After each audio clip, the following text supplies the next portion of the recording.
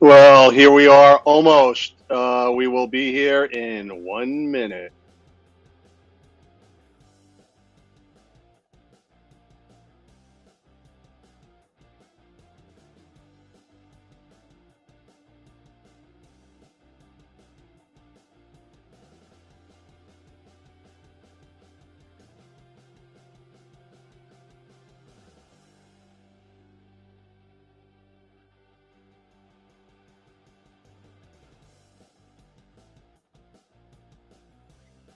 We are welcome to Sports Gluttons, folks. We have made it every week since we started the show. No misses. Some of them have been tough to get to, and we're glad you can join us out there.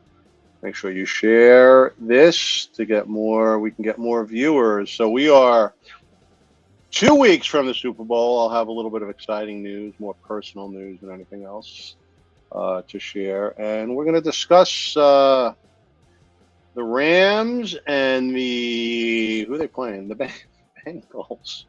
That's who they're playing. How could I forget that? I'm wearing my favorite uniform. I'm not wearing a helmet because I don't have a helmet, but I would because it's my favorite helmet. I just love the stripes. It's so unique, and had some interesting things going on this week in the NFL with Tom Brady saying he doesn't want to upstage the Super Bowl, so he's not going to announce his retirement, and then announces his retirement. I guess he upstaged the Super Bowl, but you know what? No one really cares right now because they're really focused on the Super Bowl. And then we had some. What do we have? We had some. What did we have? We had head coaching issues, which we'll talk about, and hopefully we'll talk about during the face-off. And let's see. And we have our segment that we're always, oh, I didn't want to do that. And we're going to have our segment with Casey Takes. We're going to, let's see if we could share a little of her intro. Here we go. Let's get that in there. Exciting championship weekend is in the books, and that means it's time for some tasty Casey takes. So Casey will be here talking about some of that stuff, some of her views, and what's coming up with. She had some interesting views coming up, and it's going to be exciting week. I hope it's an exciting show. So let's welcome our first sports glutton, Mr. Lou Schumann from Louisiana. Good evening. How are you, Lou? I'm How good, my are you? friend. I'm doing well. So I'm sure we're going to have some Saints news because we're going to have their coach went down, right? Just to touch it Yep. quickly, right? Yeah, he went Who's down, their? but he's still under contract to 25. So that's going to be Oh my interesting. God! How many coaches are under contract with? I don't My know. Lord, right? I don't know. Losing. Make sure we got. I lost stream there too. I'm not sure we got a good stream going. We got a good stream going. So yeah. So New Orleans. Yeah. You're frozen. I'm gonna. There you go. It's not buffering.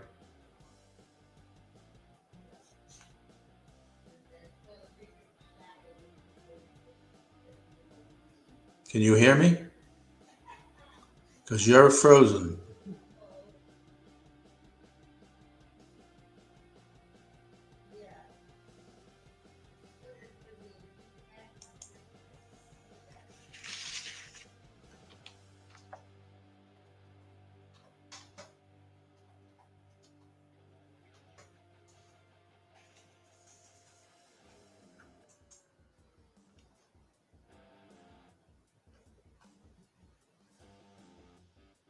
I'm here. 1, 2, 3, 4, 5, 6, 7, 8. My mic is still working. Let me double check. Cameron, Mike, yep. 1, 2, 3, 4, 5, 6, 7, 8, 9, 10, 11, 12. Okay. 1, 2, 3, 4, 5. 1, 2, 3, 4, 5. Okay. Seems good.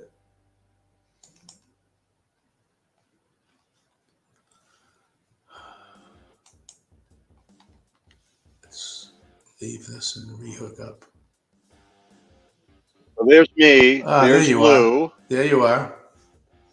Yep, there's me. And we'll bring on Casey. Hey, Case. And Hey, hello.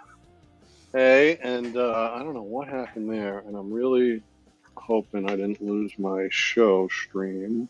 Sorry about this. You just wish things would be easy in this world, and Anyways, you were talking I'm about the sure. Saints before we had a freeze. The big news here Oh, is there we who's going go. to be the Yeah. coach. And Who, if oh, I- they hired somebody? Did no, they no, hire who somebody? is going to be? And the other thing they're talking about down here is the lawsuit about the Rooney Rule. Yeah, we're going to talk about that, and yeah, I did my fabulous graphics. Let's see if I can get that in there. That's my fabulous graphic. Mm-hmm. You left the team off and needs quarterback. I don't know what happened. Yeah, you know what? I did this quick. It was you got to add New Orleans to that. Yeah. Oh, for the coaching? Quarterback. Who was it? Oh, yeah. Why don't I have them on there? Right now it's Taysom Hill. Right. And then I heard today that Aaron Rodgers bought property in Tennessee. But why would they give up with I would take Aaron Rodgers over Ryan Tannehill. Yeah. But Tennessee was the number 1 seed. Do you get rid of your quarterback? Nope. And the other part of that is Randall Cobb actually has property and lives in the Nashville area as well. Who is he with now? Green Bay, I don't know his contract situation, but he's currently a Packer. So he could go also. Yeah. I mean, that was the scuttlebutt in the sense of in addition to the Aaron Rodgers Nashville news, there's the Randall Cobb connection down there too, and they're very close. Right. Yeah, and it's almost like what happened with the Buccaneers. Okay, here's a question for everybody. The Rams are the second team to play their Super Bowl in their home stadium. Who's the other team? The Buccaneers. That's correct. I also did hear, though, it was interesting because the Niners played close when they played in the Super Bowl at Palo Alto there, which wasn't far. And I believe, I'm trying to remember, there was a Rams team that played in the Rose Bowl or the Coliseum, one of the 2 years ago. So it wasn't their home stadium, but it was their home location. Yeah. Wait, say that again? I was mentioning that even though they didn't play in their home stadiums, the Niners played at Palo Alto once in the Super Bowl, and the Rams played either in the Rose Bowl or the Coliseum once in the Super Bowl. But this is definitely the second official home stadium Super Bowl. Yeah, and I was looking at this logo that they. Here, let me see if I can put this up. Do a overlay here. What's that?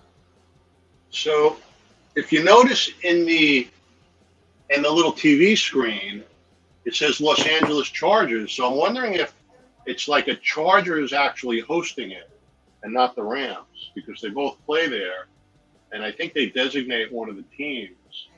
Like in the NBA, I think they had a double one year with the Clippers and the Lakers, but it's either one or the other. So if you notice on the top left, it says Los Angeles Chargers in the blue. I wonder if that's contractual for the whole setup with Can you imagine the contracts for those the Rams and the Chargers? That could be. Oh yeah, there's so much money involved. The Bengals are actually designated the home team because the AFC has the home team this year. Oh, the AFC, yeah. So, and are the Chargers in the home team? I don't think it has anything to do with the Chargers. I think it's strictly, they alternate Oh. between AFC, NFC, which basically all it means is the coin flip caller. I guess I think that's the only. Well, it was in repercussion. Tampa Bay last year, right? And Tampa Bay is national, and I guess they were the home team. So I'm wondering that the Chargers, like, where is it next year? Is it in Las Vegas next year? Or is it in Arizona? I feel like Vegas has one of the next several years. I don't feel like it's next year. They're definitely in the Arizona. setup. I think you're right. I feel like Arizona. It's one of the newer. I'm pretty sure it's one of the newer stadiums because that's one of the the perks and the things they dangle is build a new stadium, you'll be in the rotation. Yeah. Hell, they even did it. Remember, they did it at the MetLife Stadium in the Meadowlands in Jersey that year, even though it was right January/February. I want to see what. That's interesting. That's interesting. I want to see what. So next year. Yeah, I'm looking it up too. I'm just free riding on your guys' efforts to find it. I'm a slacker that way. Looks like they're playing in State Farm Stadium in Glendale, Arizona. Yep, there you go. Cardinals. Wonder what the odds are right now on the Cardinals going to the Super Bowl next year. That's going to be interesting. I'd say it's pretty long, probably at this point on Vegas books. If it's, I don't even know, they might not even put them out until after the Super Bowl, 56.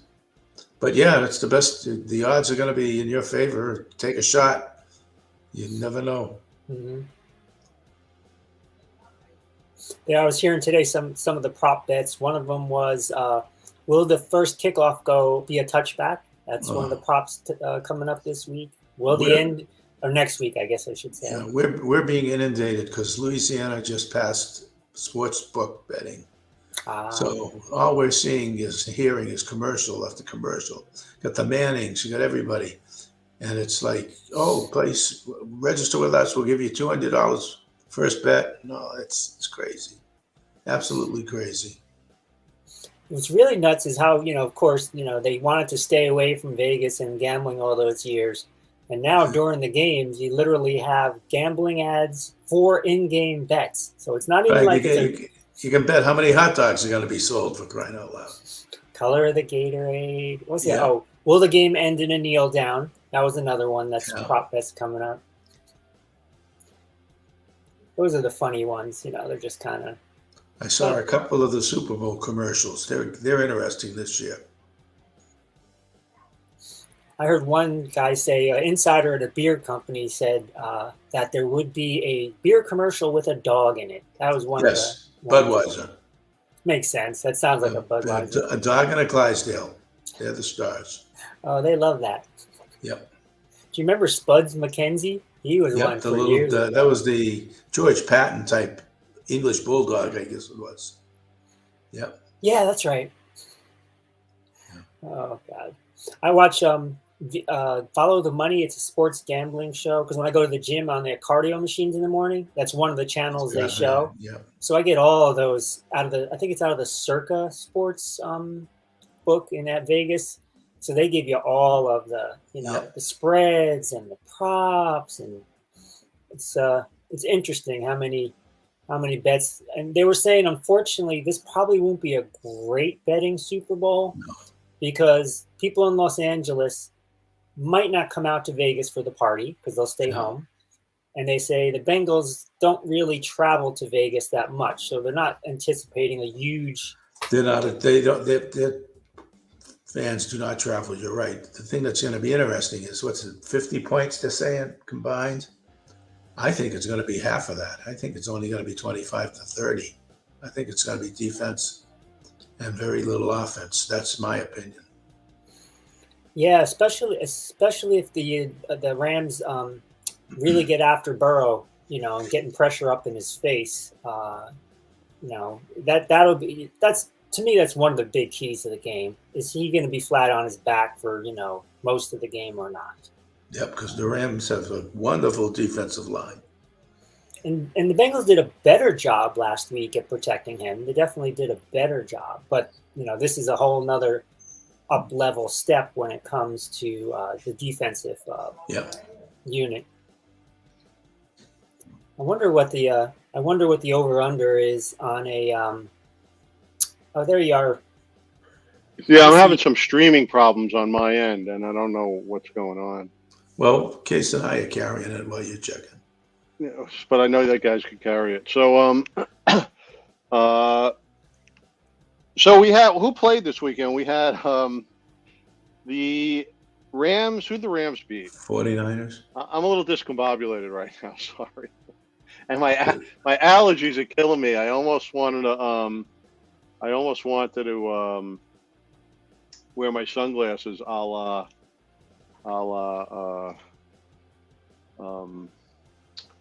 Ray Charles, because my eyes are just so bad. So,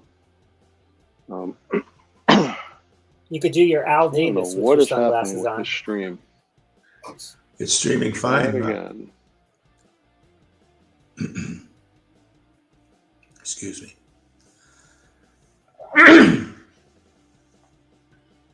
Yeah, it was the Rams, 49ers, and the Chiefs and the Bengals. Those were the games this weekend.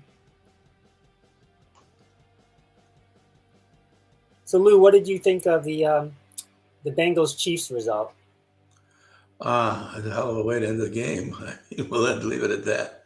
I was happy with it. Everybody down here is Joe Burrows. Oh, that's right. And, the kid did well. He played well. He followed his instincts. He rolled to the right directions, and he dropped it into the pocket to these guys. And, hey, they won. That's all I can say. And that was a freshman quarterback. So, this is my thing is, like I said, since the beginning of the season, or the beginning of when the show started, this is not a year of dominance. So it's like Los Angeles kind of deserves to be in it. Cincinnati, do they really deserve to be in the Super Bowl? I mean, they won and they made it this far. So I guess they do. But I'm not surprised that it's these two teams, because there was no team that really was dominant throughout. Green Bay slumped at the worst time. How do they score 10 points in their own stadium in the snow of what they're used to? And it was just a bad game. Tampa Bay. What, Lou? This was the year of defense. Defensive teams won the games for the offense. That's simply put. Look at all the games that ended. That's how San Francisco moved on. They what was it against? Was it against Tampa Bay? They with the block punt and the block field goal, and that was very surprising to me. And you're going to have two defensive teams battling. I was talking with Casey. I don't think it's going to be a high-scoring game. I really don't. I think it's going to be low-scoring. It's going to be all defense. I think it's going to be like a 27-17 Rams. That's what did I say? 25. Yeah. You're right. I mean, a low-scoring game could be good, but it's not fun to watch. No. Because you're not chasing. Like, it's always fun when one team is chasing another, but you don't want to see a blowout. If it's 14-3 or 14-6 and they got the ball, you're like, okay, are they going to score? You don't want it to be 24-3. You want to see it tied at halftime. You want to see a tie at halftime. You want to see a win in fourth quarter. That's the bottom line. You want to see a tie, Lou, because you want to be hanging on to see Kanye West during. You know how you spell rap? C-R-A-P, rap. I've seen some horrendous halftime shows that. I remember one of the All-Star games, NBA All-Star games. So I'm watching. I went out and watched rehearsals. Destiny's Child was singing, and they're singing, and then they stop. Beyonce stops, the other two stop, but the song is still going in the arena. Yep. So it was Lip Sync City. Yeah. How about this? How about this weekend at the halftime of the? I think it was the Chiefs Bengals halftime. Oh, they put the CBS crew out on the field. Oh my God! And they put them right next to the speakers for the halftime show.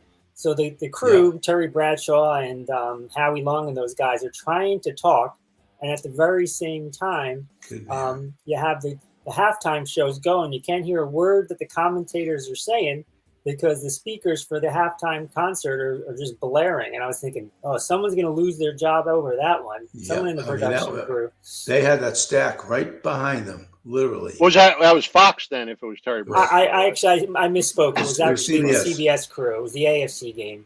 It was Boomer Esiason and those guys. Yep, they had the speakers stacked right behind them. They came live, and the next thing, 10 seconds into their live shot, they hit the halftime act, and you could not hear them at all. Yeah, no, I don't think they think that. They don't think about it. They don't think about the logistics and. No, they think they're the only ones on the field, and they don't think of anybody else. Right. They don't. Somebody should have said, "What's halftime? How's it being staged?" before they set the set. Right. Well, whose fault does that? Whose fault does that fall on? Well, it starts with the executive producer, and then it drops into the producer's hands. Right. We bring Rick's picks on, and hey, Rick. How did your plays go last week? Do you remember what they were? All right. Yeah, we hit a couple. Got very lucky. I didn't have that on our show, but at the last minute, I threw some money on Cooper Kupp to score the first touchdown. I think this is what you had last week. We'll miss Mahomes. We missed Kelsey. We won Burrow. Cam Akers was a win. But I had a lot. Cam Akers got hurt too. Yeah, he got hurt. And I had a lot more than that. Mahomes didn't run. He never ran. He just kind of spun around and wow, I never. He had a horrible game. To have a bad game, that's not the game to have a bad game. No, I never seen him look that bad. I mean, he looked like a high school quarterback. He looked terrible. I didn't get it. I got one for you. Yeah. I watched the replay of the game the second time, and I was thinking about at the end of the first half when Mahomes basically threw that pass to Tyreek Hill that ended the half instead of getting the field goal. I thought, how is that much different than the Dak Prescott at the end of the game play? Other than the stakes were a little higher for Dak, of course. Yeah. But basically, they both, had mental problems, or not the right word, brain farts, in that he didn't get down soon enough and give the ball to the referee. And Mahomes should have, as soon as there was nobody, he should have dirted the ball at one of the receivers' feet so they could kick the field goal. And that 3 points, you could say it was big, even though it was only the first half.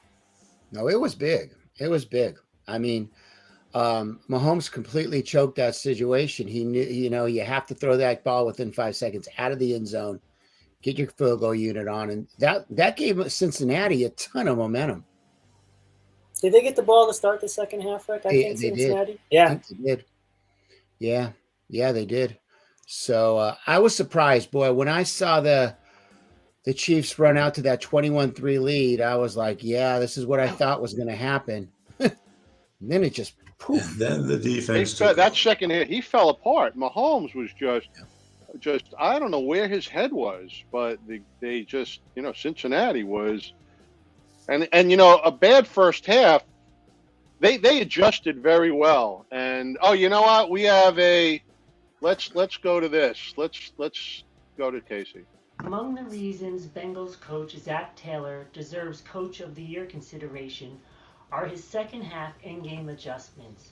But a less tangible reason is the way he imbues his team with a fast, loose, and free playing style. It was evidenced in the second half when defensive back Eli Apple dropped a very simple interception. And what was Taylor's reaction on the sideline? He had a smile on his face and a let's go attitude. It's going to be interesting to see if he can maintain that in the big game. Yeah, this is a big that was a great adjustment. Second half adjustments are so important. And I don't know what Kansas City just couldn't climb back out of whatever hole they fell into as the start of the second half. That's one of the reasons I picked the Bengals. I wrote them throughout the playoffs was just because they play close games because they play so well in the second half. It's every single game I saw them in big close games this year. Well, I should say big games. they played close, and it went to the end. That's why even the point spread, I'm like, oh, I think it was 7. I think the 7 points was the spread at kickoff. It was, like, yeah. Bengals, they've been playing everything close. They won in the playoffs, of course, to get here, but all their big games have been, close ones that they've won.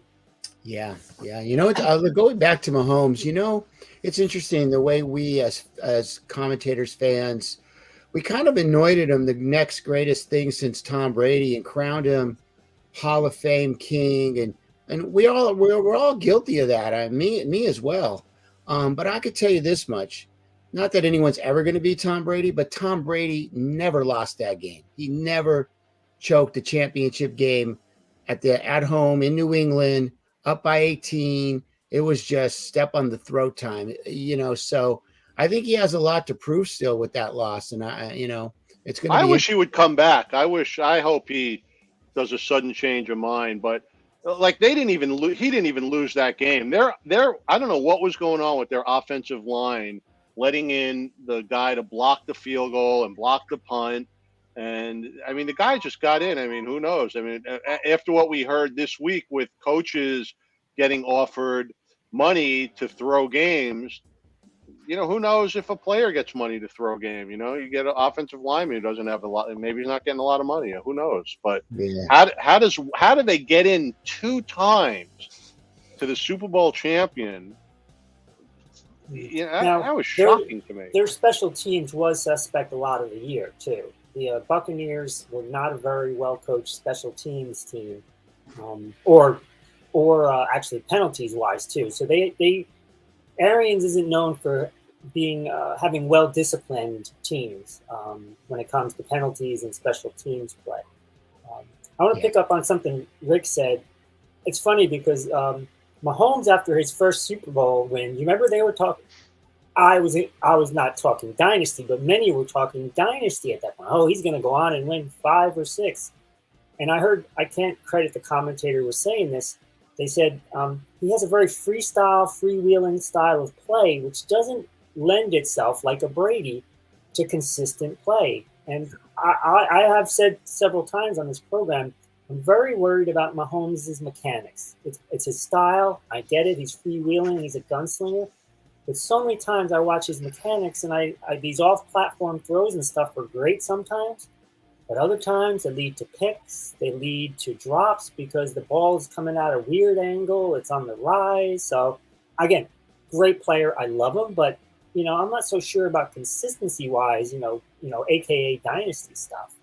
Well, I'll tell you where Cincinnati really stepped up is in that game. What you were saying, Casey, is Mahomes goes off script. He spins around, he moves out of the pocket. Excuse me. He looks like he's going to be sacked. He buys the extra 2 seconds. And no one's able to stay with Kelsey and Tyreek, but somehow Cincinnati was able to do that, and they kept sacking him. And that play where he lost almost 20 yards in the end of the game and actually dropped the ball was horrid. Was crazy. Like he almost fumbled. They didn't almost get a chance to kick. He got really lucky. They scooped that ball up, man, because he switched hands and it got knocked out. It bounced and never bounces right back to you. But he got lucky. So, well, bye-bye Kansas City, and I think we're going to have a pretty good Super Bowl here. Pretty. So, Rick, where are you sitting with this one? Well, I'm going with the home team. It's because I have them to win the Super Bowl. Money's on the line, so I'm not gonna switch it. But I'll be honest with you. The spread is 4 points, and I would be nervous taking the Rams and laying that line because I think this is another field goal game. Personally, I don't know about you guys. Casey, are you going with Cincinnati? This one's been tearing me up because, like I said, I rode them through the entire playoffs. I'm literally making my decision right here on the spot, and I'm going to go with Rams on the money line. I think I would take I know you don't split it up. Oh, I guess you can split it up this way, but in my sense, it's Rams on the money line, and then I would want the point. How would you say that? The Chiefs. Rams not to cover, Rams to win. That's the easiest way to say it. Yeah, so you're saying it's a field goal game. You take the 4 and cover the spread. Yeah, I feel like it's a field goal game. How about you guys, Lou? I'm going with the Bengals. Oh, you are straight up. Yeah. I think it's a 27-17 Bengals. Rams. But all right, Lou is going with the Bengals. So Lou, it's face off. You got to get why you're going with the Bengals. Joe Burrow's number one. Number two, their line is superior. In fact, the way I was telling the KC earlier, this is going to be a defensive game. Both teams have great defensive lines. And you're just going to sit back, going to be a low-scoring game. I think it's going to be a field goal that wins it, and that's it. And then again, I'm pumping for Joe Burrows. The kid played a hell of a game the other. Hope he's got the same minimum this time. Yeah, but I think so. Burrows comes out. The Rams are ready. Let's say the Rams start off. I mean, it depends who gets the ball first too. But the Rams, if he uses Kupp early and Beckham early, and even if he goes downfield a little bit and they get a field goal out of it, and if their defense stops Burrows early, I think he's going to get shaken up a little bit because they've had some bad games. It's possible, but you also too look at the rebirth of Beckham. He's playing well and looks like he's found a home at least for the rest of the season. Yeah, I think the Rams changed their personality when Beckham. It's another thing I stated throughout. Beckham came, and the Rams have been a different team. Yeah. For whatever reason, and I think he's probably got something to prove too. So, and him and Kupp are like magnets. You throw him the ball, and so what do they got? They got the Rams by 3.5. I saw this afternoon.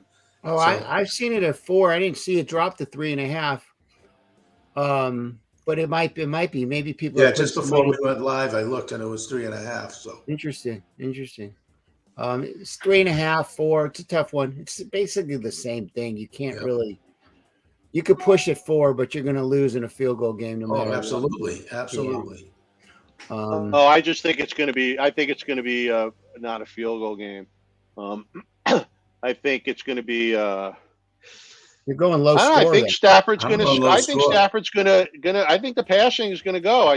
I see a touchdown in the first 2 series. For one team. Like one team's. Let's say the Rams get it in the second series. I think I see a touchdown or at least a field goal.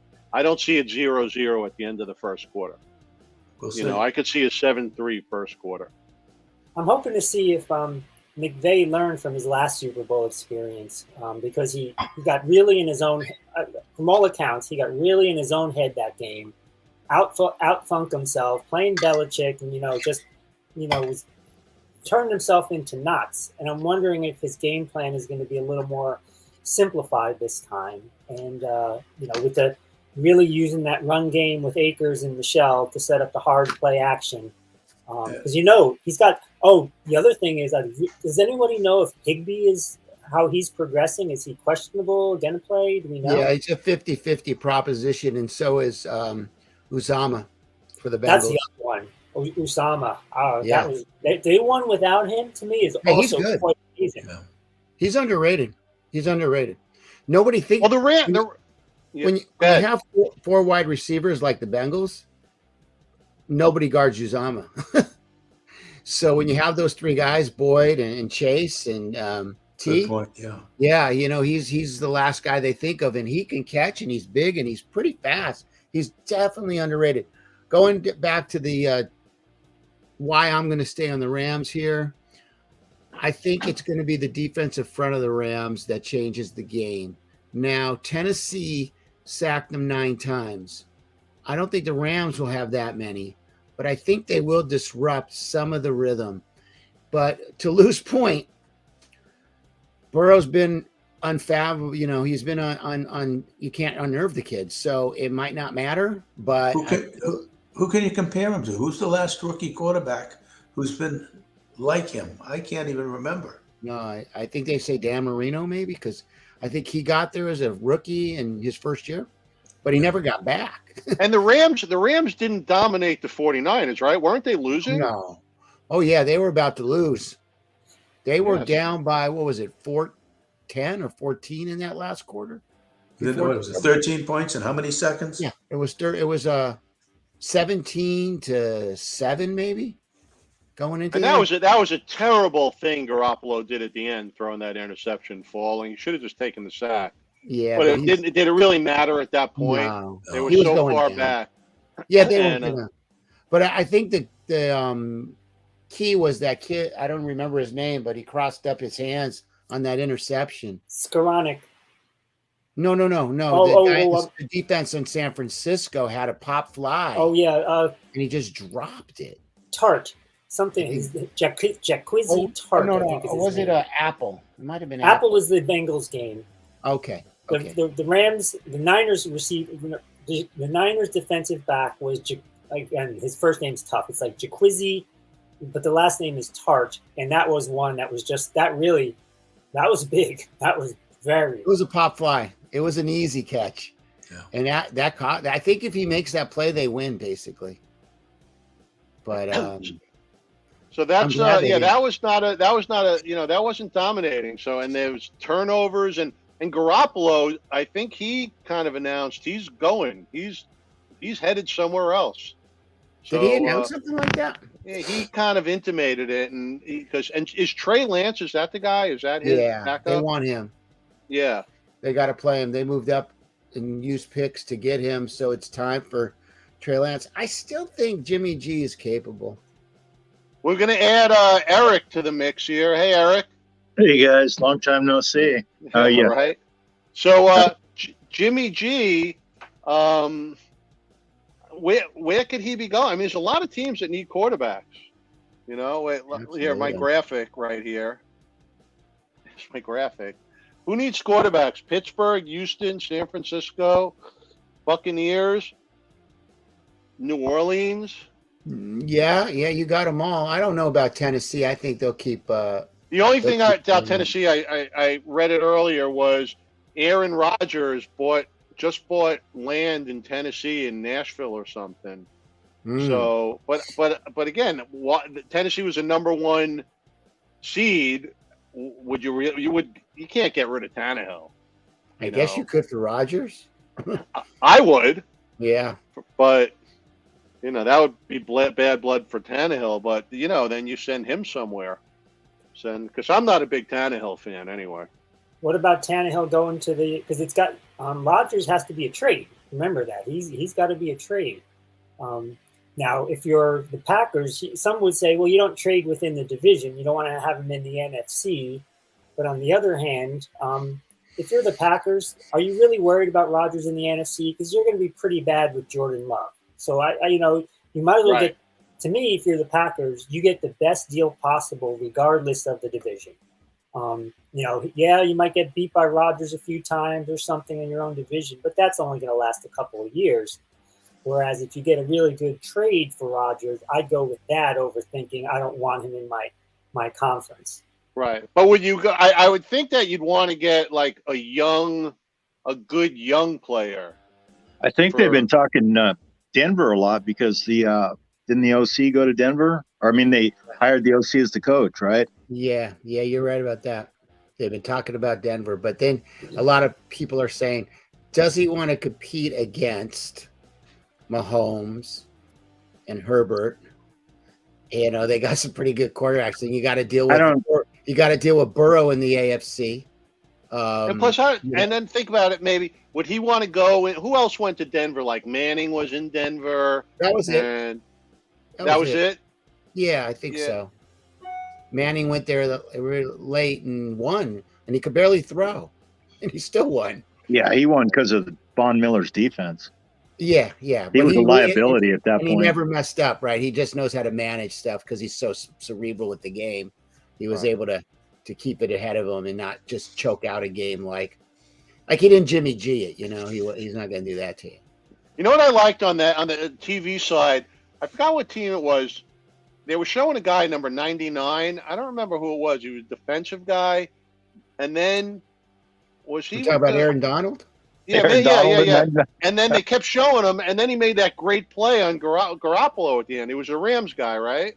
Oh yeah, he's their best player. He's the best right, but it was ironic. It was cool that they kept showing him, and then he made that play at the end, rushing the quarterback. And I think it worked out for them. It was a good that he's a that game happened. changer.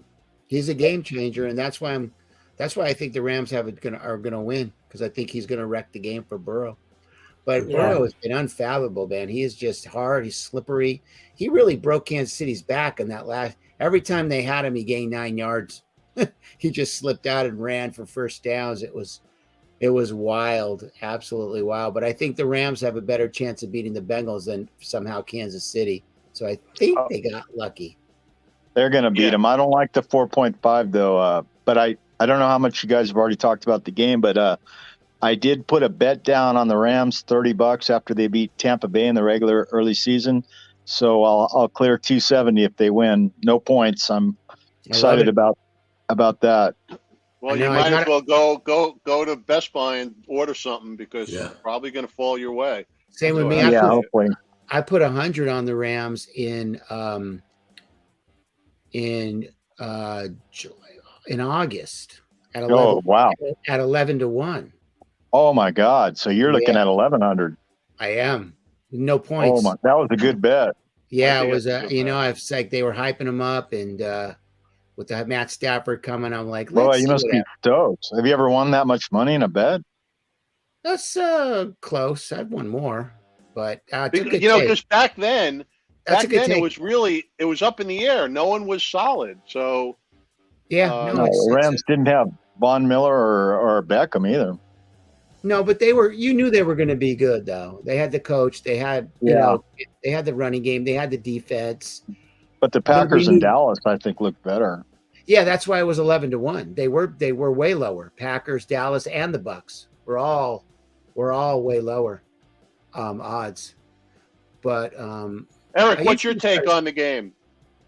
Well, I just want the Rams to win. I think it's going to be a fabulous game. I remember in 2018, I had such high expectations, made a lot of bets on the Rams, bet on the over, thought it was going to be a aerial fireworks show. I think this will live up. I think this is going to be a very exciting game. Either team can take it. I think the Rams being in SoFi hopefully will be the extra difference. It probably depends down to the quarterback. If Stafford can keep playing with his composure, but you can't count out Burrow. But I think the Rams kind of overmatch him. Good call. It would make it super exciting if the Rams score first and then the Bengals score. And then you're like, okay, now who's going to in overtime? No, first set of downs. Oh, I think first series. You can bet on that. That would be pretty cool if the Rams or the Bengals score and the other team comes back right away. And then you're like, okay, we got a game, because either team could score on the other team. They just proved it. Let's have a close offensive game and have the Rams win, so me and Rich will be happy. Yeah, it's okay. It's with a K, though. Rick with a K. Sorry, Rick. That's all right. Right. And I'll be rich, too, if I do win. Well, right. That's what I meant. $1,000. I mean, it's not going to change my life, but it will be fun to win. It's always fun to win. It's not. That's the thing about gambling. It's like it's never going to change your life. If you're an addict, you're going to lose. You can change your life because you're going to keep on going. But it's just the thrill. It's the fun. Even if you have $10 on it, you don't want to lose $10. So you're happy to win $10. It just makes it a little more exciting. So talking about that, Todd. Like you guys last week, my picks on this show were the Rams and the Bengals. I didn't put any money on the games, but I had my, because I had made that, prognostication, I was a little more into the game. I'm like, oh, what's going on? What are you doing? So, literally just like reputation wise, it meant something to me, let alone, having, 100 or 90 as these guys, or 30 actually, on the game. Well, I'm in two football pools. One is it's $100 to join, and it's there's like a ton of people in it, and it goes the whole year. It's how many wins you have of the day, and it's $250 at the end of the day. So it's 17 or 18 weeks, but it only cost you $100. I mean, you're against a lot of people, but you still got to pick the winners, and it's $250. So I won one this year, so I made like $150 on it. And then the other pool I'm in is $50. It's a death, whatever. It's like you pick one team, and if but it's $50 for the whole year, and it was an $8,000 prize. How long did you last? Oh, Buffalo on the first week. Did they lose week one? I hate those. Week one. I stopped playing those. I can't handle them. It seems so easy, and then you get a Buffalo on week one. Right, but for $50, I'm like, for 8,000. You didn't get a run. You didn't get a ride at all. Not at all. Not at all. Like, but the other one, when that one starts next year, I'll put the links up if anyone wants to join us, because especially the one that's $100. That's a fun one because, you're in for the whole season for $100, and like I could start one, but I don't have enough people, and this one's already made. So for $100, you're in for the whole season, and you pick 15, every game, and the winner, and it just keeps you more interested in the games. Like I wouldn't really watch it unless I'm in the pool. Betting definitely incentivizes everything, but like last week, I'd put $10 on the Bengals to win the conference after they beat the Raiders. I wanted to get it in before, so that was 5-1. It made it a lot more exciting. But I still had $20 on the Rams, and I lost in the individual bet because it's 3.5 points. Those points really kill you, so they can also kind of upset your. Sometimes it's better just to watch the game without betting. Well, yeah, sometimes because it gets you. Huh? What? The hook, as they say, is a killer. That is the killer. When I saw 3.5 with the Rams, I was like, I'm bringing back this bet. I'm gonna do it for interest's sake, but I don't like it. And my brain said take the 49ers, but I couldn't do it. But even the Bengals with that 7, I was like, Kansas City's been playing everything close. They haven't blown anybody out in a long time. They're not going to cover this. And how much did Kansas City score in the second half? What was the final score? Did they score at all? No, they scored 3, right? It was 27-24, I believe. Brutal. Yeah, they struggle. McFearless kicked the game winning in overtime. Oh, that guy on what? He's got 12 in a row. That kid, wow, he's killing it. He's smooth, boy. He's one of the. So let's go around the horn. Let's go around the horn. I'm going. Even though we're in Bengals, I'm going Rams. I think it's 27-17 Rams. Lou, what do you got? Joe Burrows and the Bengals. He's going straight up Bengals. Straight up that's Bengals. with It's going to be a points, low. In whatever. my opinion, it's going to be a field goal that wins the game.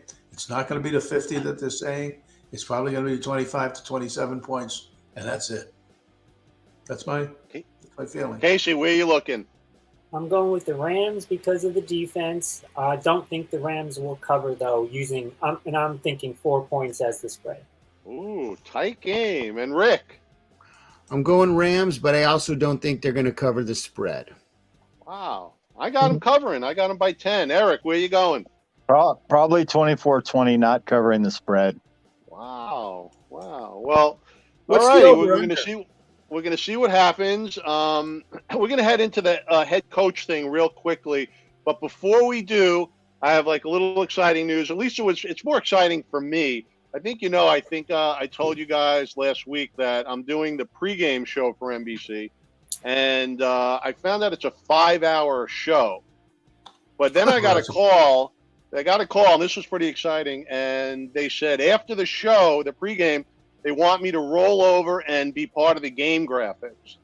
So I've done 8 Super Bowl shows. This is my first game, and I'm pretty excited about actually doing the graphics on the game for the Super Bowl. So that's incredible, man. Congratulations. Thanks. This is pretty exciting. Like I thought I had like no shot at this because I don't work for NBC, but this was like when NBC I got called to do the gold medal game in Brazil. The reason you're called is China. After all their people are over in China. That's not why, Lou. Better than Wyoming. That's not why. They need He got called because he's good at his job. No, he is. I'm not saying he's not. I'm just saying he has not worked for NBC, his words, and it's the reason they're having the Olympics opposite the Super Bowl. Oh, right.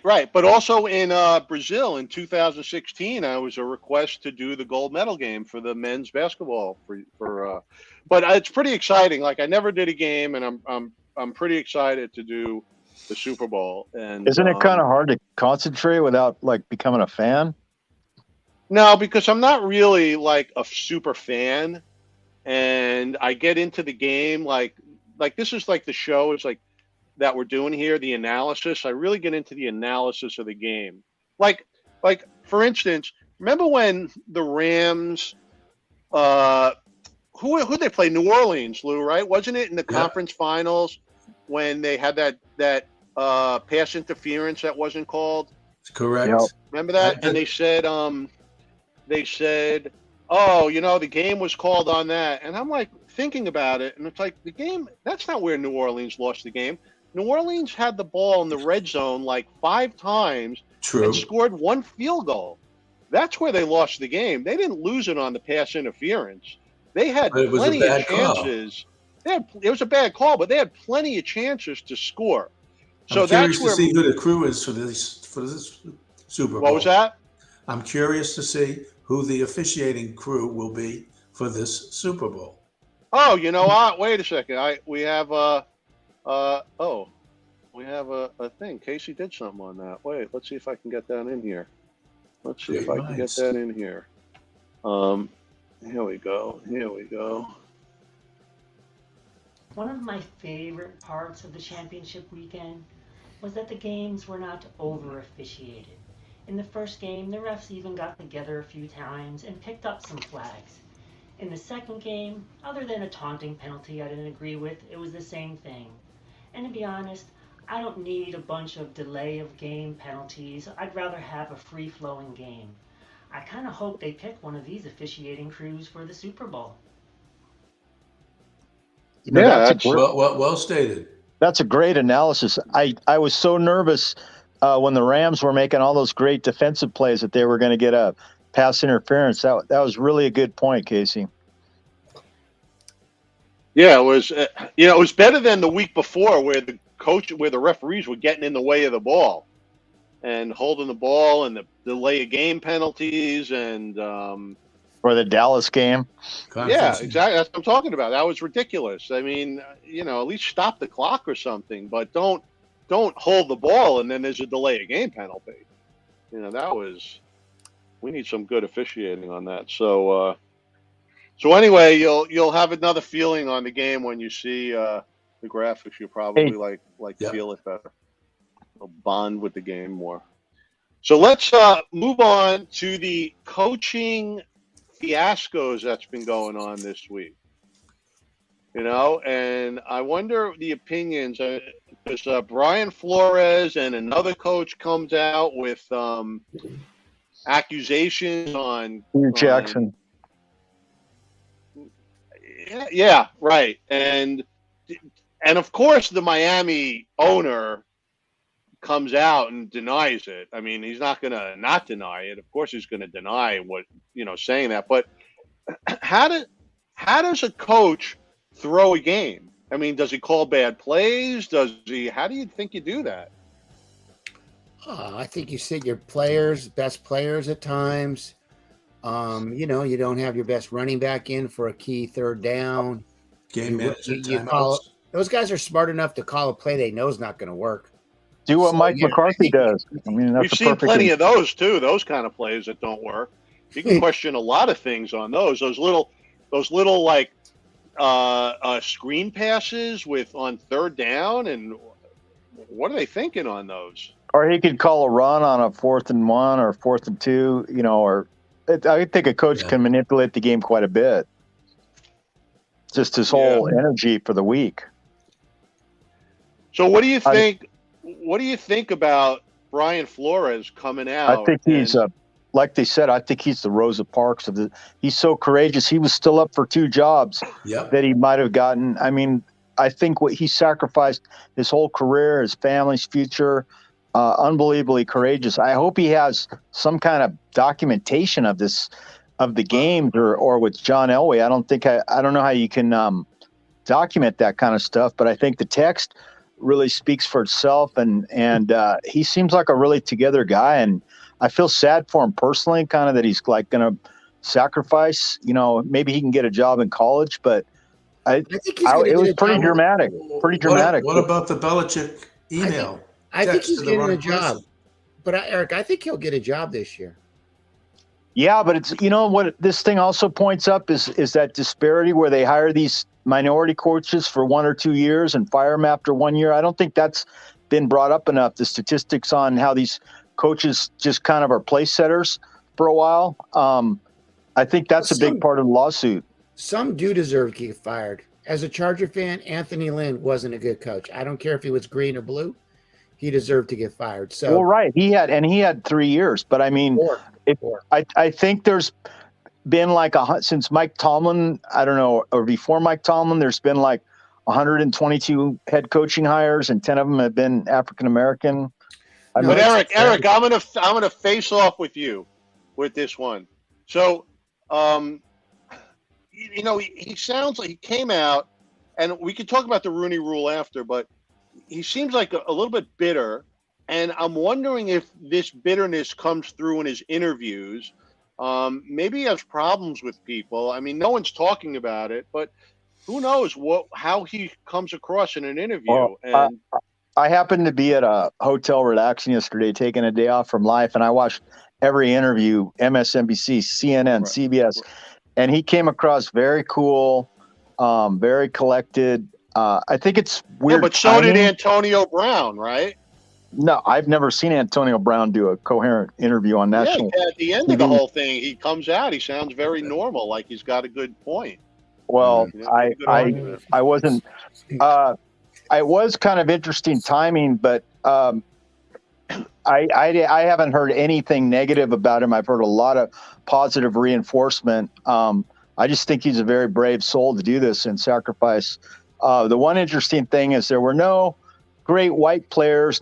I could see current players not wanting to get involved, but no Peyton Mannings or not any famous player white stood up and supported this guy's. Well, they don't know him. Claim. I mean, you can't come up. You don't know the guy. Well, you don't have to know him personally, though. I mean, come on, Todd. You're not going to say there's a disparity that a lot of black coaches don't get opportunities that white coaches with less experience get. You can't see that. I'd like to interject something here on that. This old saw about he doesn't interview well, he's hard to get along with.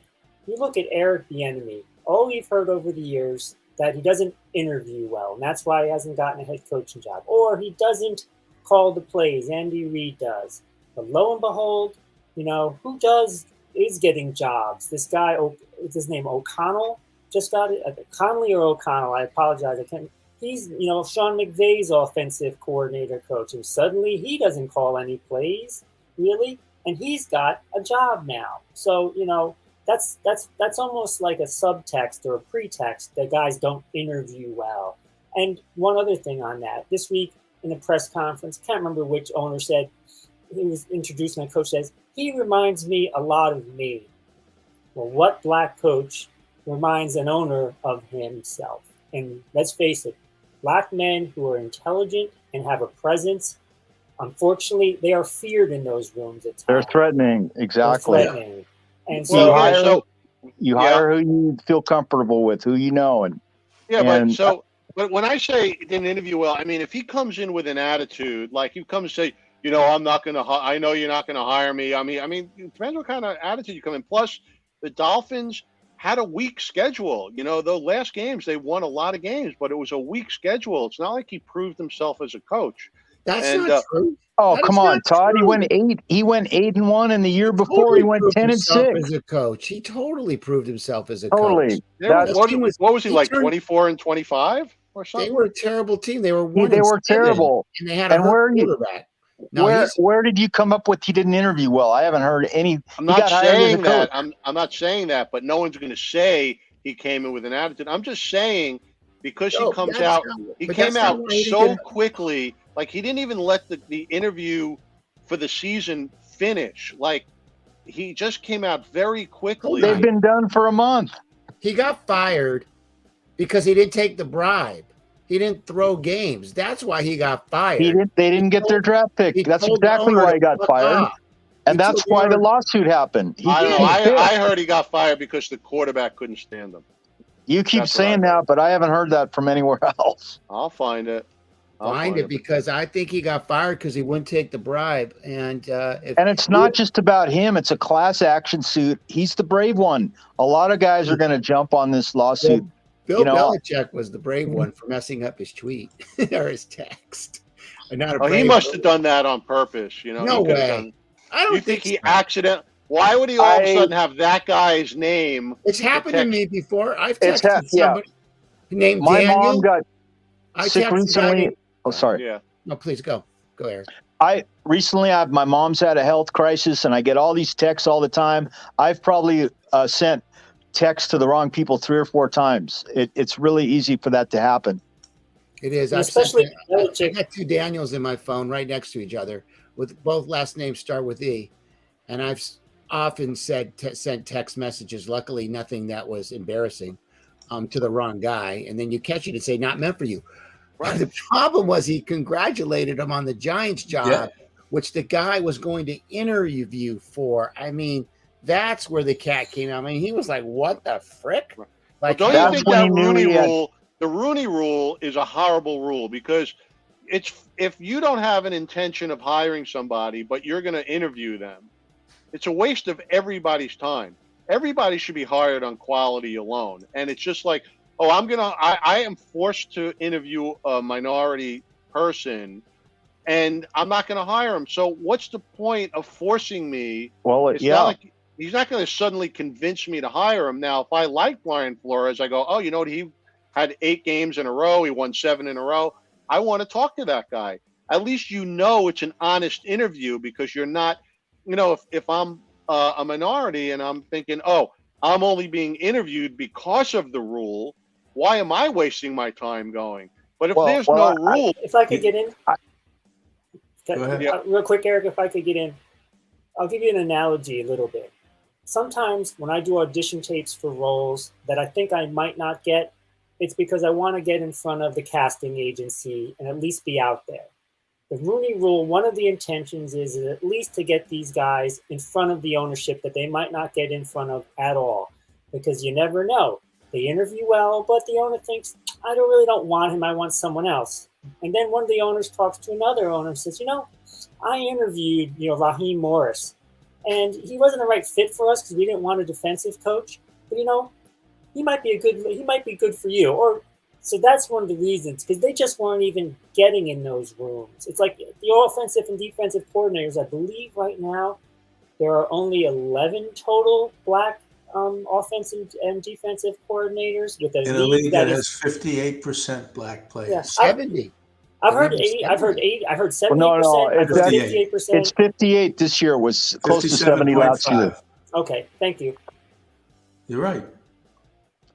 Those are good points, Casey. But the reality is, I think Brian Flores saw an opportunity. There was finally concrete proof that that's how they probably felt a lot of times, that they were just being called in to satisfy the Rooney Rule, and finally they had concrete proof. I agree with your point. It's a good point.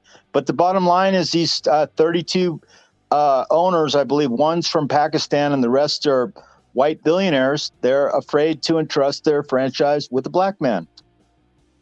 Straight up. Agreed. Straight up.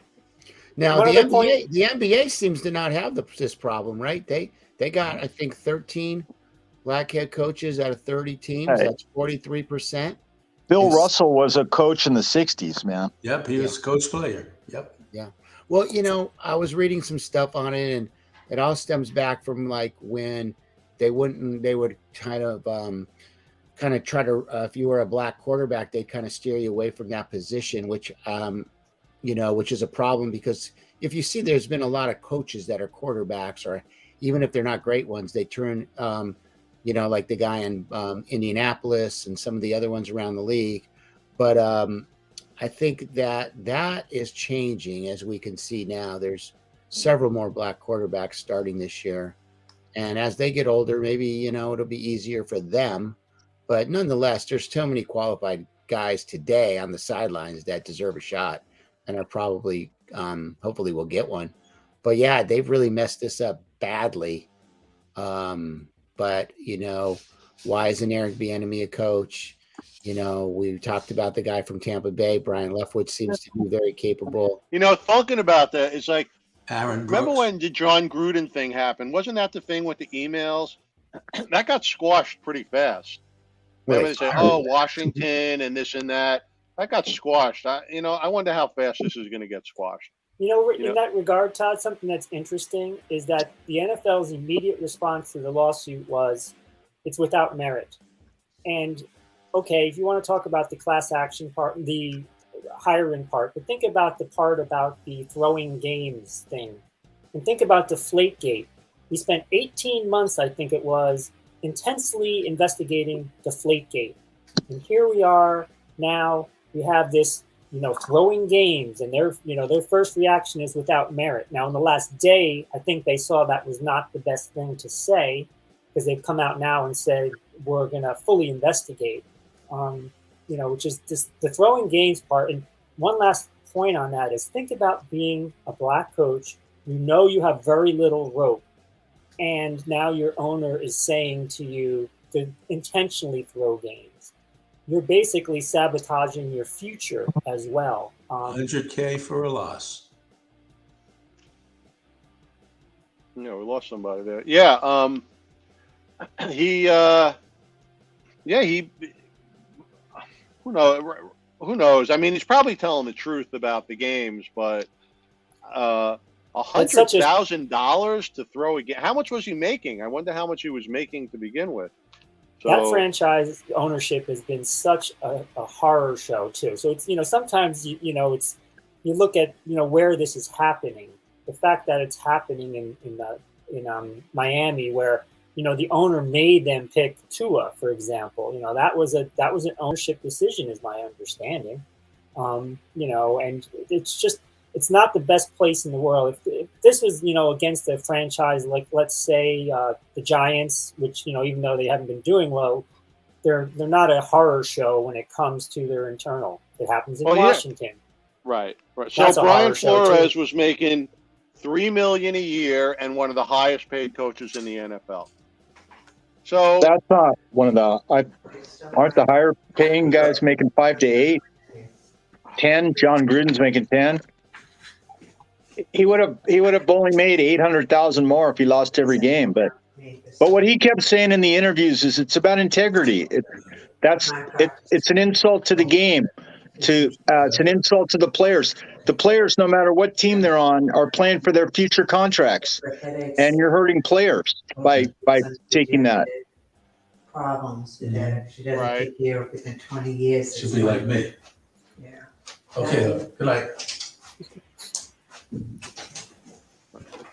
And one of the things as well when it comes to the throwing games, possibly we have another situation. Is it Hugh Jackson? Am I? Because there's Marvin Lewis and Hugh Jackson, and sometimes their situations get confused. But like Hugh Jackson, he said he got that kind of pressure in Cleveland as well. And again, another ownership situation that when I hear things by Cleveland or Miami or Washington, it's really hard not to think smoke and fire.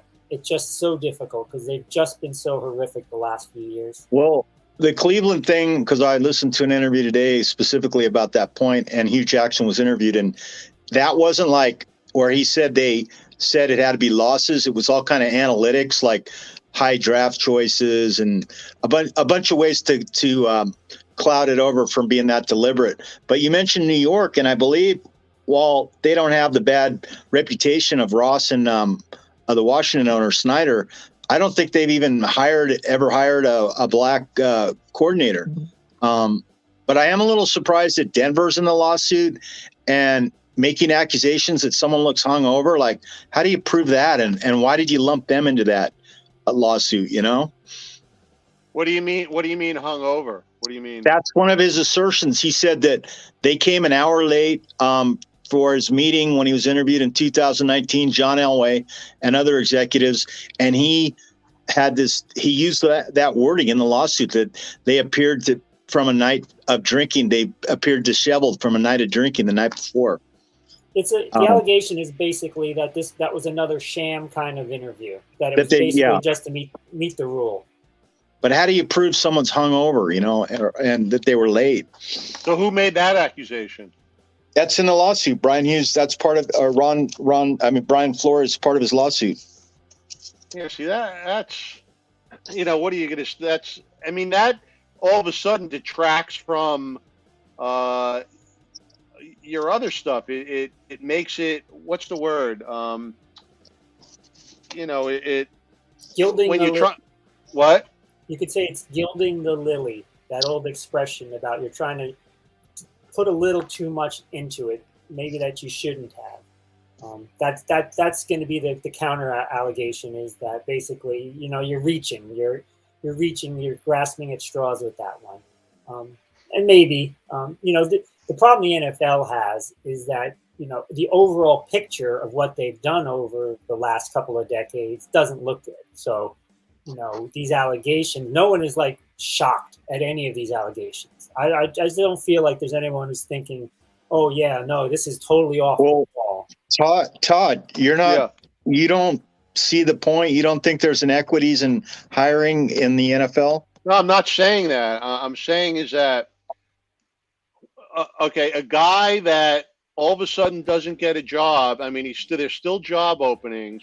Immediately comes out with accusations. Shows me signs of bitterness, and if it's that quick when he's being interviewed, if his attitude is just somewhat bitter, then you need someone to lead the team that's positive and team playing. And if you come into the He interviewed. I'm sorry to interrupt, but he interviewed for that Giants job after Bill Belichick sent him the text. How do you ignore that? You can't hide that from your internal psyche. That's the fault of that Rooney Rule, because they obviously did. They decided they wanted that guy. That's not a slight on Brian Flores. It's not a slight on the Giants. Right. It's a slight on the rule. He might have interviewed bad for the Giants job, but he is a finalist for the Texan job and the Saints job, and he chose to come out with this now and probably forfeit his chances of those jobs. So he really sacrificed his personal. That tells me psychologically that he was very impulsive. He couldn't control himself. He should have been more disciplined. If I love the sport and I want to coach, I'm going to wait it out. And I'm going to see what happens. And then if it comes down that I can't get hired, then I'll start making accusations. But Todd, two things on that. That sounds like the old tough shit, chew harder, which I don't agree with. And the other thing, which I am not a person of color, so I have to say this with a grain of salt or however a caveat of that to preface that. How long do they have to wait? How long do they wait for their rights? Right. How long do you keep quiet? I understand, but I just think he was impulsive. I think it shows to me, if we're looking at behavior, it shows to me an impulsiveness on his part.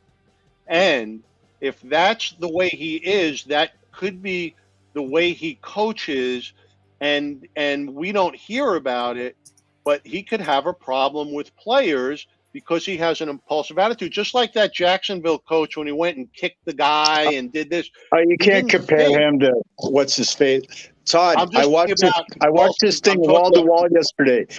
All the former players on ESPN who had played on the Patriots were totally supportive of this guy. He was on Belichick's staff for over 16 years. There was no bad dirt on this guy anywhere. Right. He's got an impeccable reputation, and he's sacrificing it. Right. I just think that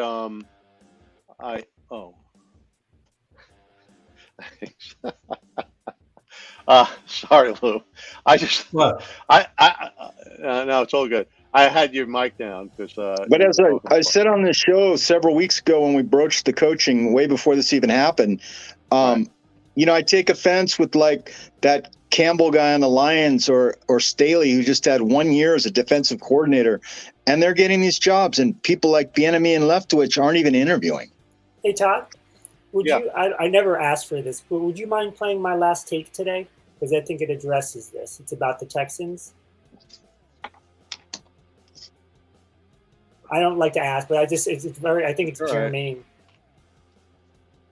Yeah, if it's relevant, let's listen to it. Or I could just say it because I just know it's encapsulated there. Why don't I see it? Oh, You know what? Because I don't. Right, I see it. Okay. I will. I got to load it up. But I just think that. I just think. People. We all know. We've all done things where we go, oh man, I could have waited before I said something to somebody because maybe I was, a little bit impulsive and wrong, and I misjudged it. I think he got that text, and he didn't jump to conclusions. It was just a bad thing. The Giants decided to hire the guy, I guess, and then this was before they interviewed him, but he still had the other interviews to go, and he might have got ticked off. Murderers sometimes just lose control. They're impulsive, and I'm using a hyperbole, but an impulse sometimes, when it's uncontrolled, makes you do something that's not rational. And I just think that he should have held off. If he's a finalist for coaches, and if that's really what he wanted to do, he should have held off and then just. Of course, that's the logical thing. That's the selfish thing. That's why I call this guy a hero, and he's being called the Rosa Parks of coaching civil rights because he is sacrificing his personal future. That's what makes him courageous. And I don't think he's impulsive. He wouldn't get to the level of head coach for 3 seasons, 16 years on the Patriots, if he had the personality of a murderer, Todd. Right. No, that's not what I'm saying. I was not making that. I was just using it as an hyperbole. But Eric, you can't walk away just because I'm winning the argument. The cat was crying. Oh, so, but winning the argument. Listen to it. To make the accusation, like you were saying, I didn't hear about it, that the guy came in hungover. Like, first of all, even if he did come in hungover. No, not the coach, Elway. No, but even if he did come in, first of all, how do you judge that? Because maybe he even said it. Maybe he said, I got a hangover. No, I'm agreeing with you. I don't know why that's part of the lawsuit. That, to me, takes away from the other part. Right, and that's what I'm saying. Just that accusation alone tells me he's just, he's not controlling his behavior, and he's not behaving rationally. And so that, to me, takes away from him. That's he was basically, bottom line, he was basically there to satisfy the EEOC that they went into the minority community and they were interviewing. It's just like in regular job world. They were doing it to satisfy the. But I think he could have landed a job. I think he could have definitely landed a job. Like, for instance, the Jacksonville guy. He's on tape. There's nothing to dispute what he did. That coach in the bar and kicking the guy and in the same vein, look at the coach's record. He spoke. He's got a history of crazy behavior, so it's no surprise. Right. But he's like, it's fact. So now he makes accusations that he's being bribed. A guy is hungover, and to me, saying somebody that's hungover, that's petty. I consider that petty. And so the whole behavior of him, to me, like if that comes across in an interview, a pettiness, then that's what I mean by interviewing bad. Like, if you come in and your attitude is petty, you know what? This quarterback in Miami, he was an 8. I didn't like the way. Oh my God! You know what? But you're put the annoying. code on the other way. What if you come in prepared, ready for the interview, and they're asking you questions that are irrelevant? And Todd, he had 11. Absolutely. I believe he had 11. He's had 11. Sorry, Casey. He's had 11 head coaching interviews before, so I think he's just fed up. Yeah, he knows the drill.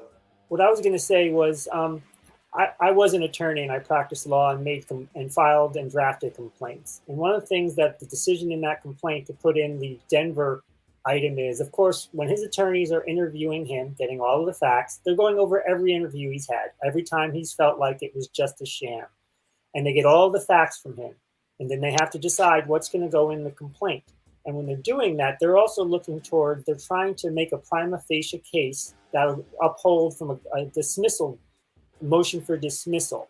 So they throw that, they're thinking, I have to go in their heads, is that they want as much as they can to show that basically this is just a token system that is set up and is not a real avenue towards getting hired. So, him putting that in there, it's really a legal decision by his attorneys to use that to try and overcome some legal motions later on.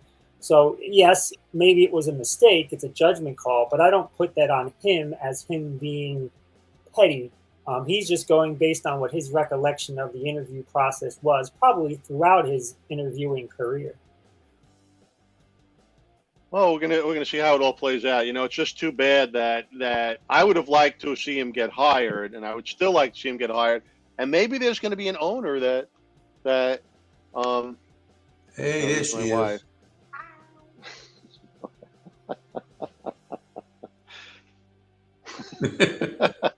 She's now going to get an executive producer credit on this. Right. I see people get awards for stupid things like that, for walking in and they get I just hope there's an owner brave enough to, hire him. I mean, Houston is just a horrible team. Well, they should kind of collude and say, hey, we got 3 or 4 more jobs open. Let's give them all the black guys, and then this thing will die down. That's what I think you might see. Good point. Why not? Or well, who needs a coach? I'm Miami, so tired. Has Miami gotten anybody yet? No, they haven't. I'm so tired of seeing these NFL guys get away with everything, especially Schneider. I'd like to see some penance. New Orleans is probably going to promote Dennis Allen. So New Orleans, you think, is going to promote? Yeah. Yeah.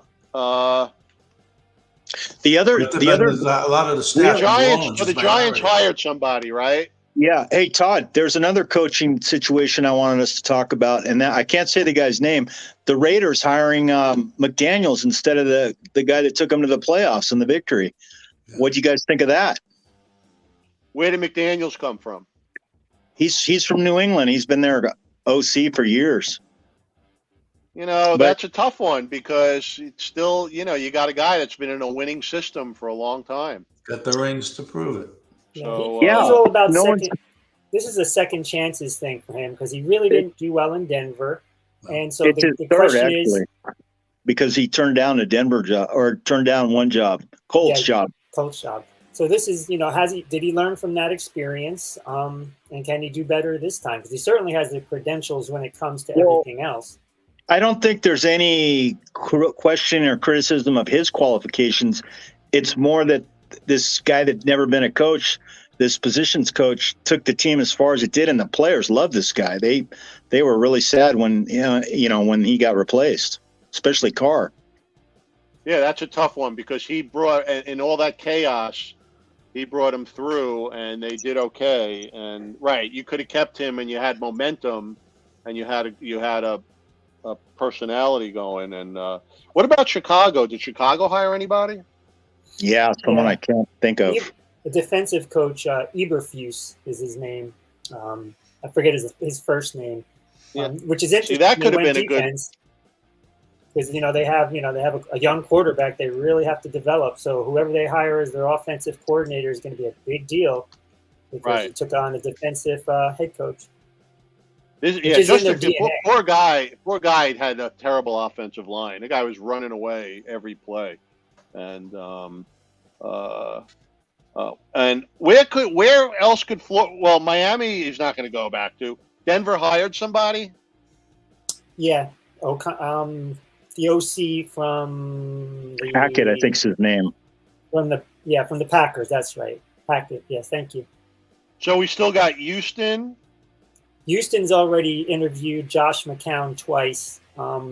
He's their former quarterback, and But I thought Flores was going twice too. I don't think Flores interviewed twice with the Texans. I think he did once, but I thought he had another one coming up. Maybe. But yeah, they're pretty much because they wanted McCown. They were looking at McCown last year, but they hired Cully as a basically placeholder. And so, this is it just, there's too much smoke there in my mind that, you interviewed McCown last year, you thought about him, and you decided not to because think about the situation you were putting him in if he took over. First year coach, no experience other than coaching in high school, and you're going to have him coaching that shit show with Flotsam and Jetsam for a roster and no quarterback. So right, that's a mess. Unless and that's not like Aaron Rodgers isn't going to go anywhere where a quarterback coach is the coach, because I don't think he wants to get. He'd almost like to go somewhere probably where it's a defensive guy that's a coach, because he's going to count on Rodgers to carry his offense. So, I'll take him. And then I think Flores is not good with young guys, so Jacksonville would be out for him. So what's going on in Minnesota? They already hired, or the word is they hired with, oh God, his name is escaping me. They're basically, haven't announced it yet, but they've hired a guy. Maybe it's O'Connell or Conley. So that job is closed because it was going to be Harbaugh, and Harbaugh said no.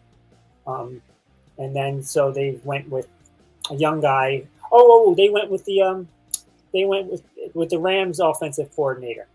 They just can't announce it until after the Super Bowl. Oh, so after this game, he's you'll see the moves. Yeah, isn't that right? Didn't Minnesota basically decide upon the offensive coordinator from the Rams? Yeah. Made it official. That's news I haven't gotten today. I know they didn't take Harbaugh, so that must have been something that developed today that I didn't hear about. Yeah, Harbaugh pulled, like you said, Harbaugh pulled out. I heard the reason Harbaugh pulled out was because I didn't hear he pulled out. I just heard he didn't get the job. Oh well, no. Well, the scuttlebutt is he pulled out because he didn't really think he'd go anywhere with Kirk Cousins as his quarterback, and that's what I heard. The same thing. Agreed. Yeah. Who else is left then? What other teams are left? Nobody. There's not really. So poor Flores. So let's go to this. The Texans fired black head coach David Culley after just one season. A season during which he got 4 wins with a Flotsam and Jetsam roster. He even got wins over the Chargers and the Titans. And who are they thinking about replacing him with? Josh McCown, a quarterback who played for the Texans, has literally 1 year of high school coaching experience and no NFL coaching experience. It boggles the mind how little rope a black head coach gets and what consideration an inexperienced white candidate gets. Amen to that. Amen. Yeah, that's true. It's well, we'll see. Byron Leftwich was a quarterback in the NFL, and he's been a coordinator for a few years now. He's a black coordinator. Yeah, Tampa Bay. Yep. He didn't want to go to the Jaguars. He pulled his name out just the last couple of days because the general manager there, who everyone says is basically a horror show, is going to stay. And a lot does have to do with general managers. That's another point that's being talked about a lot because, like, the Giants job, that was because the GM went there. The Denver job, that was because the GM got hired. So, what's been talked a lot about on the national shows is that you got to get those GMs, those black African-American GMs in place, and then they can start hiring the coaches. Yeah, Dave Gettleman didn't fit that category. Yeah, and the Raiders actually, it's another instance of bringing who because the new general manager is from the Patriots, and Josh McDaniel is too, so they're kind of a package deal there. Next season we're gonna start watching we're going to start rating these coaches, these new coaches, how they're doing, who they should have replaced, and should they have done it. And and Todd, wrap it up. Yeah, go ahead. I was just going to very quickly. So much of this is, you have your two lists there. So many of these new coaches are going into situations with with big quarterback questions. Basically, Justin Fields, Kirk Cousins, the guy in who's going to go to Tampa Bay? What quarterback's going to go to Tampa Bay? They have a solid team. They need a quarterback. They can't put a new quarterback in there. They need. Who's coming to New Orleans? We need a quality quarterback too. What about Winston? What about him? You don't like him? I don't think they liked him, and he's a horror show. That guy. Well, I wouldn't say he's a horror show, but I don't like him. There's some bad guys in the NFL. So I think he's a horror show. Plus, he gets hurt, and well, you can't put that on him. Some things you could, but Winston, you think they're going to keep him, or? Well, they also signed that what's his name, Taysom Hill, to a big contract too. So, no, I was thinking he might. I think he's probably under contract for another year, but he could go back to Tampa Bay maybe. Hey, Sean Payton signed through to 2025. He's under contract with the Saints. I thought Aaron Rodgers was going to go to New Orleans, to tell you the truth. That's a possibility. I thought it was going to be Aaron Rodgers and Brian Flores in New Orleans. That was my prediction. Because oh, my God. Flores supposedly is not good with young guys. Why? You think he would have butted head with Rodgers? No, I just don't even like talking about Aaron Rodgers anymore. I guess we have to, but I'm so tired of him. You have to. He was disappointed at the end of that one. But anyway, so next week is the pre-show. Pittsburgh who retired that maybe you could persuade him to come back. Roethlisberger? No, he ain't coming. He's done. He can't even play anymore. Brady can still play. Roethlisberger can't play. There's a difference there. Roethlisberger can't even throw the ball accurately anymore. So he's done. But thanks, everybody, for coming on. This was a good one. Next week, I'm hoping to be able to do it. It would be 8 p.m. Pacific time because unless it's early from SoFi Stadium, but otherwise, I'm going to really try hard to keep it going and do maybe a quick show next week, a pre-show. Because you mean a show? Sorry, Todd, before the game or after the game? No, it would be Thursday. I can't. I would love to do a show during the game, but I can't. No, I said after the game. Could you get Al Michaels? Can Al Michaels come on? Yeah, get him. Didn't I tell you the story with Al Michaels? I think I told it once, where I was doing a Pro Bowl and he called down during the game and he just wanted to make sure his car was ready to go after the game. He just wanted to get out of there. That was in Hawaii. Next Thursday I'm hoping to do it. I'm hoping to do one more before the game, and it would have been fun to analyze the show, but Super Bowl, pretty much they want to stay clean, make their money. I think they're doing $5 million a minute or a half minute or something on that thing, and of course they told me their budget is tight, so they can't spend any extra money. I love that comment. I mean, really? Come on, don't even say that your budget is tight. So I'm sure you're getting a good day rate. Yeah, but still they say. But I'm glad. And I'm super thrilled. I'm stoked to be doing it and be there, and I'd rather be there than in China anyway this time. I'm happy to not be in China. So I think one of the what was it, German figure skating having to pull out or something. They had someone has COVID over there, so that was the end of them. And so see what happens. We have one more week to go. And the Pro Bowl, really don't care about. No one cares about. And it's just the best thing about the Pro Bowl is everybody wears their own helmets, and it's kind of fun watching a lot of helmets if you like logos. So that's about it. Thanks, everybody. Lou, Eric, Casey, thank you. Casey, Bye-bye. always for your tips, and I never get that outro of yours to see you next week, but but thank you all for coming on. Eric, thanks for popping in. Casey, thanks for your features. So thank you everybody for doing this and coming on to the show. I love everybody coming on. I'm glad we watch and glad you guys watch. The podcast will be on Todd, You're an Idiot. I'll strip the audio as a good one. I will put it on America's Hottest Cheerleaders video. And thank you. So that is it for us. This was the game preview. We got the Cincinnati Bengals and Los Angeles Rams in Super Bowl 56. It's going to be a good one on NBC. And thank you for joining us on the show.